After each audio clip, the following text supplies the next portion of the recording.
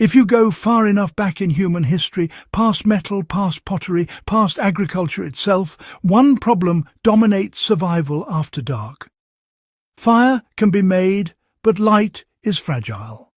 A campfire throws illumination only so far. Carrying flame requires control, fuel and chemistry long before chemistry had a name.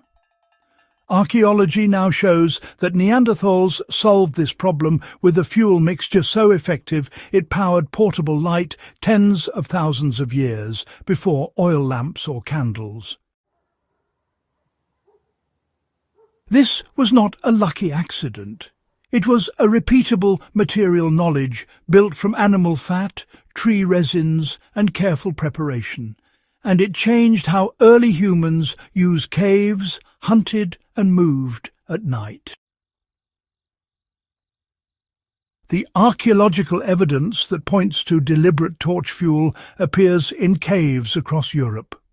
Charred resin residues, burned fat traces and soot patterns appear far beyond daylight zones in Neanderthal cave sites.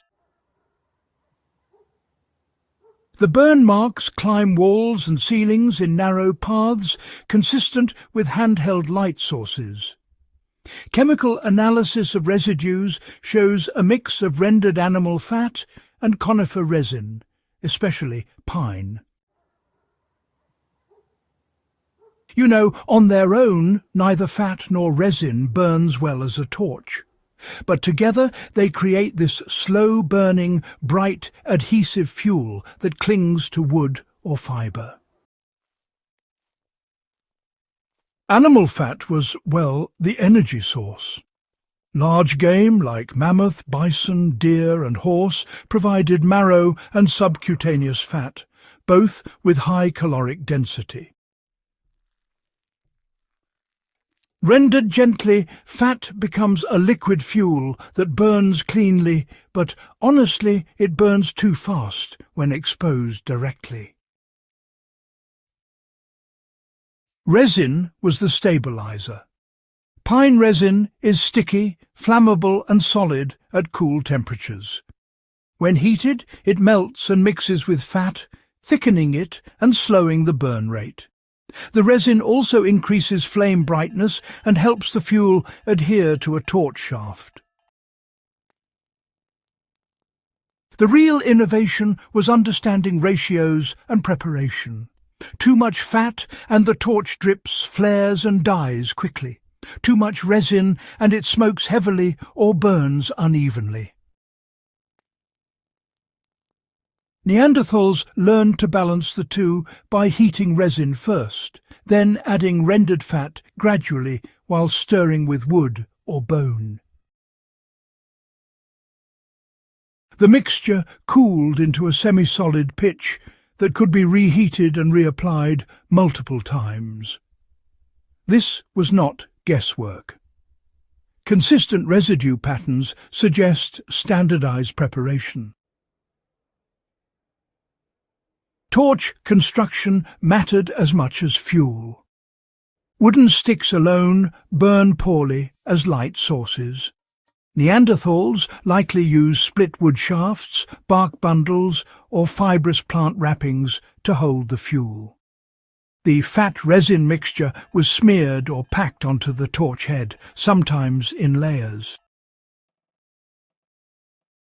This technology explains how Neanderthals accessed deep cave systems long before modern humans arrived in Europe.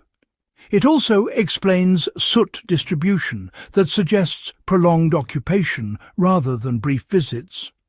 A torch that burns for 30 to 40 minutes without constant tending changes behavior.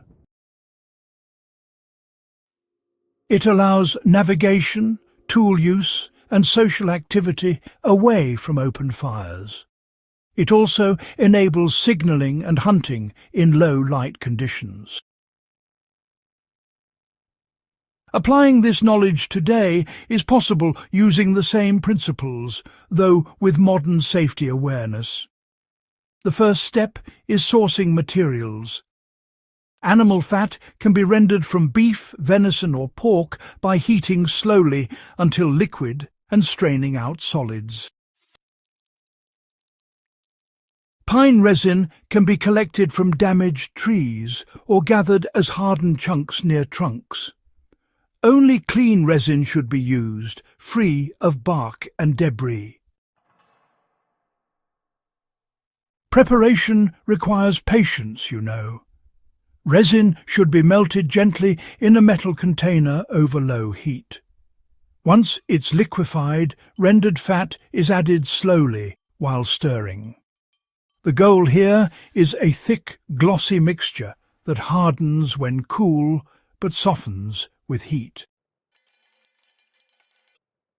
A rough working ratio is 2 parts resin to 1 part fat, adjusted by texture rather than measurement. If the mixture cracks when cooled, well, more fat is needed. If it remains greasy and soft, more resin is required.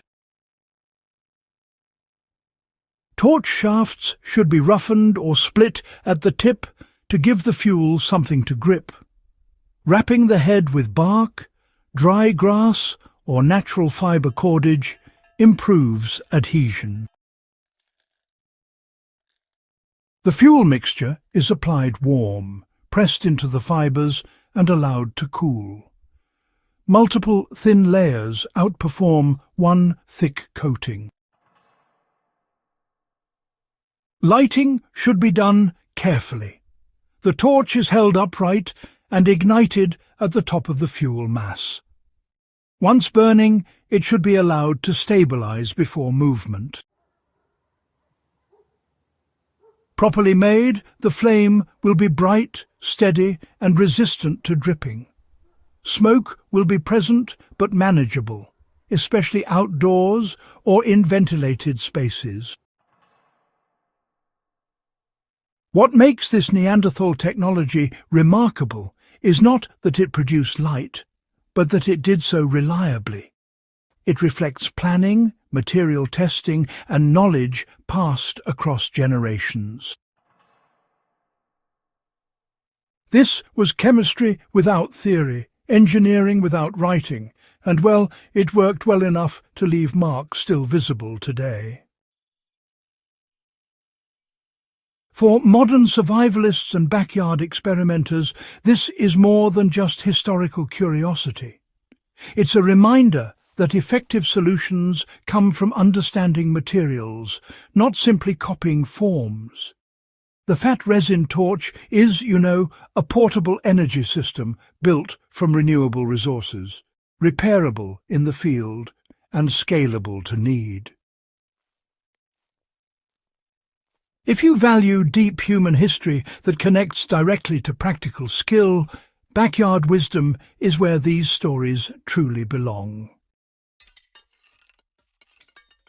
Subscribe to keep exploring techniques that carried our ancestors through darkness, and share this episode with anyone who believes ancient knowledge still has work to do.